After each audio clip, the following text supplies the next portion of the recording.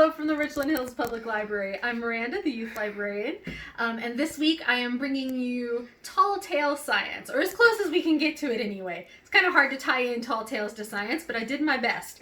So, for this science project, you're going to need pretty much everything you see here or some variation thereof. And you'll see kind of as I start to build everything why you can switch certain things out for other things. So you're going to need a cup of some sort. I'm just using a plastic one, but it doesn't really matter as long as it's plastic or paper. You don't want glass. You'll need, you don't need a pizza box. That was just the easiest thing for me. But you need something that's got a large enough surface that you can create a ramp with. And the pizza box worked perfectly for my purposes. And again, you'll see as I set it up why it worked perfectly. And then you can decide whether or not you have something that would work better. Then you'll need an apple. You'll need some tape, hole punch. I found my hole punch. Hole punches for our cup, some string of some sort, a stack of books or boxes or anything kind of in there. And then for me, I am using pennies because they are small and relatively heavy. And both of those things are important. You could also use marbles. You could try things that are lighter, like Legos maybe, or things that are bigger, like crayons.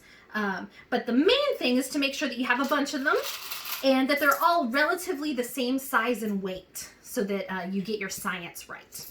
All right, and then this is just more pennies in case I need them, but I've got 100 in this bowl, and I think hopefully that'll be enough, but we're about to find out. It'll all depend on the size of our apple, on whether or not this is enough. So if you've got a bigger apple that you're using, you might need more pennies. If you've got a smaller apple that you're using, you might need less pennies. Or again, whatever it is that you're using instead of pennies.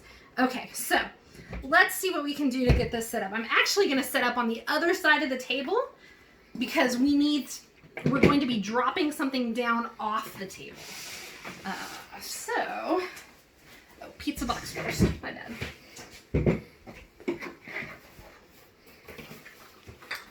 So here's our ramp, and then we're gonna put the books inside to weigh down our ramp. Right at the edge.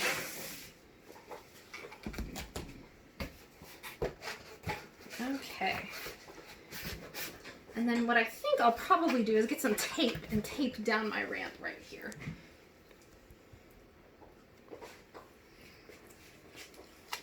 And if you hear lovely crunching sounds in the background, that's just Miss Rosie, who you have met in previous videos. She has got herself a hold of a very delicious bone, and she does not want to let it go. Okay.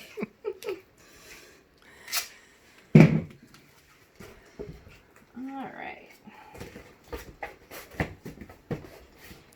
Pizza boxes are actually great for all kinds of science projects. The key, however, is to get a pizza box that hasn't had pizza in it. I think this pizza box had pasta bowls in it, so it didn't get the box itself dirty, which was really important. And then, you know what I think I'll do?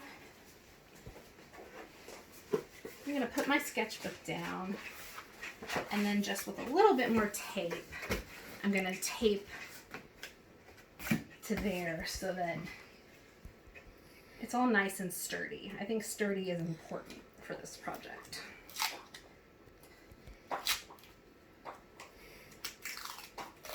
Oops, you know what? I'm going to have to use my scissors. I messed up my duct tape.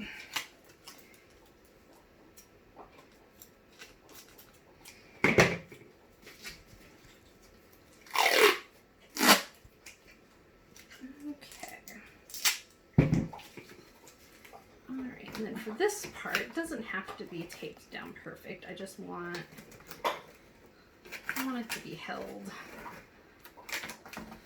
down a little. Okay, that ought to do the trick. Okay, so I actually think I'm going to use this duct tape for my apple. So let's get some string. We want the string to be pretty long. So I'm going to kind of measure.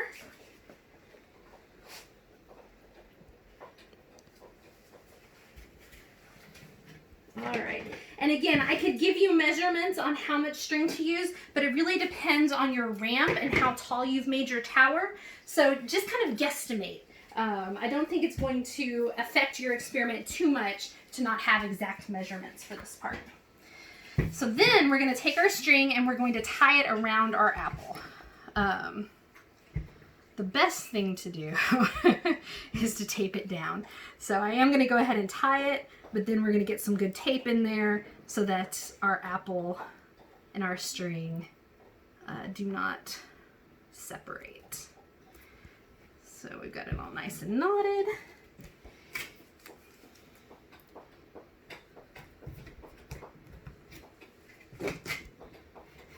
Yeah, that seems good. Tape the bottom just to make sure it's secure.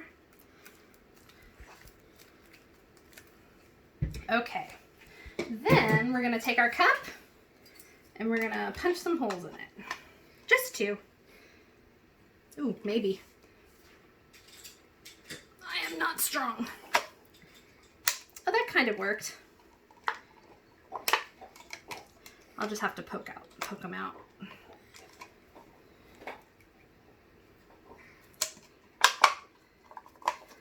Probably should have used paper.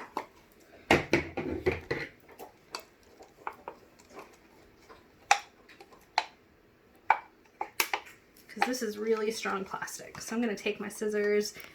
Please be careful doing this at home.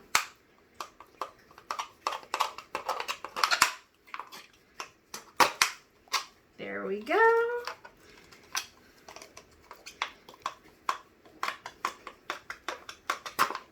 Oh, okay.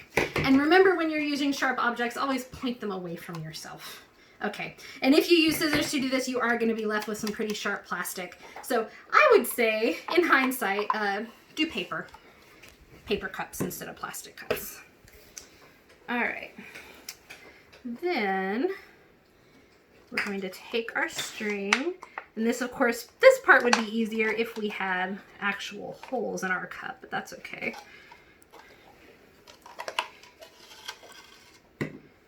We're gonna run it through one side to the other side.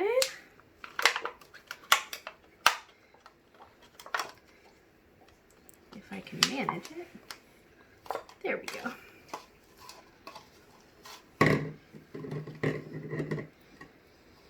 Okay. Probably don't need quite that much excess. Here we go.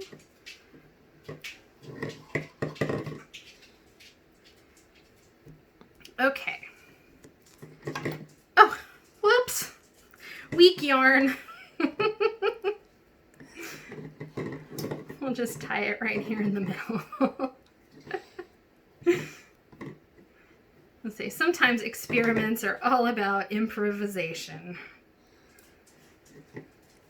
There. Okay, so we have our apple on one end, we have our cup on the other end. We're going to take our cup and dangle it over the edge here. Like so. I may have made my string too long. But because I'm using tape, it is easily fixed. Because I can just wrap that. There we go. So my cup. The cup you should try to have it as much up as you can as opposed to down. But you also want your apple at the bottom of your ramp. So that's what I'm trying to measure here. And I think that's probably good. So we're going to take our duct tape and wrap it back around our apple.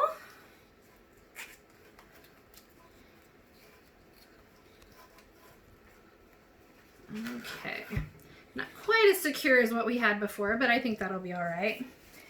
Now, the goal of this project is to see how many pennies it takes to get our apple to come up this ramp. And I suspect, because my ramp is pretty steep, that I'm going to need more than the pennies that I've got in here. Now, I already told you that this is 100.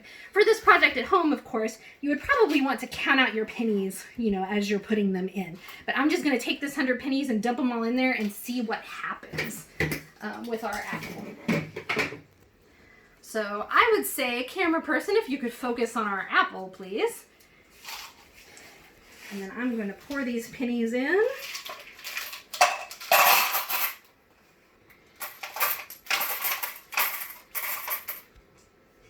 Yeah, it got our apple to move a little. We did see it move a little, but not nearly enough. So let's see how many pennies it actually takes to get this apple up our ramp. Let's see if we have enough pennies. Now, I admit I'm not going to count these pennies, guys. So, but for your project, please count your pennies because that is all part of the science. And there it went. As you could hear, it astounded our camera person there. And Miss Rosie is really interested in this cup of pennies down here. I would say she is really confused. So, let's, as you can see, I had to fill the cup pretty full. I would say that is probably 250 to 300 pennies. That has a lot to do, again, with the size of my apple that I use, the weight of the apple. And then it has to do with the fact that I made a pretty steep ramp. So the apple had a ways to go. But you saw once the amount of pennies was correct, heavy enough, it just pulled that apple up that ramp as fast as it possibly could. So this is one of those experiments that you can have a lot of fun playing with.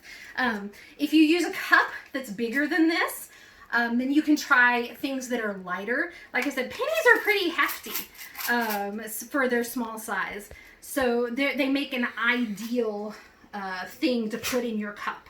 But you could try Legos, you could try another fruit, you could try grapes or blueberries or something. I think marbles would be pretty cool. Or maybe those like water beads that you can buy and then, you know, you put them in water and they soak them up. That could be really fun to be done outside if you wanted to make this an outside experiment. So lots of different options for experimenting with ramps and angles and experimenting with weights and weight comparisons. So I should have brought my little my scale in here, the mail scale, so that we could see how much the pennies weigh versus how much the apple weighs. But that's okay. That's something that you can also totally do at home. You can test out the different weights and see, like right now, just holding these in my hand, the pennies are much heavier than the apple itself is, which is ideal for the project to get that apple moving up that ramp. So there you have it. This is our experiment for the week. Thank you so much for tuning in with me today. I hope you enjoyed it. I hope you have a lot of fun experimenting yourself at home. Please feel free to take pictures and share them with us on Facebook or on Instagram. We'd love to see them. Thank you again, and I hope y'all have a good day.